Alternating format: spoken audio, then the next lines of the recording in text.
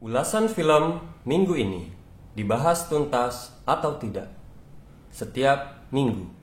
Halo, gue Lutfan, kembali lagi di Jangkat. Kali ini gue akan membahas film Cintaku di Rumah Susun karyanya Abbas Akub, dibuat tahun 1987. Jadi untuk awalnya gue akan memberikan sinopsis. Jadi film ini adalah sebuah komedi tentang kehidupan yang saling berkelindan di sebuah rumah susun ya, di Jakarta. Nah, diikat oleh uang sewa, kisah cinta, dan kriminal. Para protagonis yang terdiri dari berbagai latar belakang dan motif kusut dalam permasalahan hidup di Jakarta tahun 80-an. Nah, jadi impresi gue terhadap film ini menurut gue memberikan gambaran unik ya mengenai kehidupan di Jakarta saat itu gitu. Jadi sebagai sebuah propaganda aku cinta rumah susun, dapat mentwist propaganda itu menjadi sebuah karikatur jenial dari kelas-kelas masyarakat dan kepentingan yang ada di Jakarta. Kenapa gue bilang propaganda rumah susun ya? Karena di akhir ada tulisan aku cinta rumah susun gitu. Mungkin itu salah satu setting film ini gitu ya. Jadi secara visualnya berhasil membangun ruang drama yang sinematik dan imajinatif lewat komposisi ruang di rumah susun gitu. Dari gerakan kamera. Jadi shot-shot awal di film ini mengingatkan gue sama filmnya Alfred Hitchcock berjudul Rear Window tahun 1954. Jadi kamera itu menangkap lanskap rumah susun, lalu kita melihat kehidupan para penghuni lewat shot-shot jendela gitu ya. Lalu dari pergerakan kamera dan komposisi itu kita juga dihadirkan pada gestur-gestur dan blocking pemain. Jadi dari gestur dan blocking pemain itu kita dapat mengetahui tegangan-tegangan dan konflik apa yang terjadi di antara si tokoh-tokoh para penghuni rumah susun itu gitu. Akhirnya setelah itu isu-isu atau peristiwa-peristiwa yang terjadi di situ menjadi mengikuti geografi yang di set oleh si kamera itu di awal. Kebocoran di rumah tokoh utama dan kecemburuan antara para penghuni rumah susun itu menjadi masuk akal dalam konstruksi film gitu, baik fisik maupun imajinatif secara keseluruhan.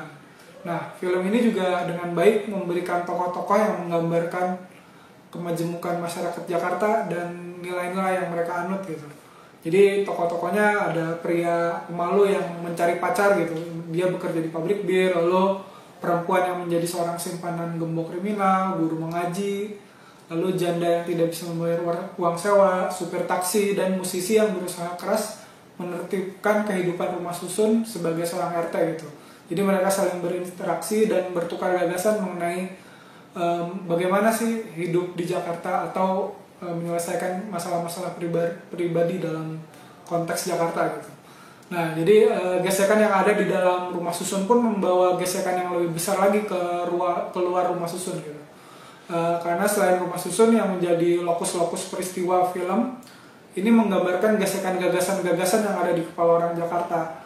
Nah, lihat saja gesekan antara rumah mewah yang menampung gembok kriminal dan putrinya yang menjadi perempuan yang ditaksir si protagonis, lalu ada dan kita melihat gesekan antara rumah mewah dengan rumah susun, lalu ada pabrik bir di mana ada gesekan antara patronisasi si bos kepada protagonis sebagai pekerjanya gitu, kelas pekerja. Lalu gesekan-gesekan ini di tengah film dilebur ya di lapangan Monas gitu, di mana semua masyarakat Jakarta melebur menjadi pejogging gitu, sehingga timbul kesalahpahaman antar kelas gitu, antara si protagonis yang kelas pekerja dan putri gembong yang orang kaya ya, orang elit gitu. Nah, lalu ada lagi seperti kaburnya tokoh penjahat besar bersuku Madura dari penjara menjadi sentilan pada sistem hukum di Indonesia juga ya. Karena di sini juga di akhir film yang menyelesaikan masalah tuh bukan polisi atau aparat yang negara gitu ya, tapi pertahanan sipil atau hansip rumah susun yang berbaris seperti militer gitu. Jadi agaknya Abbas ini sangat sadar ya mengenai perluasan kekuatan kontrol di lokus sipil gitu. Nah, jadi ke semua tokoh dari elit hingga kelas pekerja jadi kusut di rumah susun ini gitu. Abbas menyajikan visual yang sangat sinematik gitu di akhir-akhir film dengan slow motion dan komposisi formal gitu. Jadi menurut gue selain sangat fasih dalam berbahasa sinema, Abbas ini adalah seorang yang dengan jenial mengkritik situasi sosial di Indonesia kala itu lewat keberhasilannya merepresentasikan kesulitan hidup orang-orang di rumah susun yang ternyata masalahnya itu sistemik gitu. Ya, jadi dari gue mungkin rating untuk film ini adalah 4 dari 5 bintang karena kejeniusan Abbas menghadirkan satir sosial dalam komedi gitu. Jadi ya itu aja dari gue. Jadi sampai bertemu lagi di Jumpcut edisi selanjutnya dengan film dan ulasan lainnya. Dan jangan lupa like, comment, dan subscribe ya. Ya.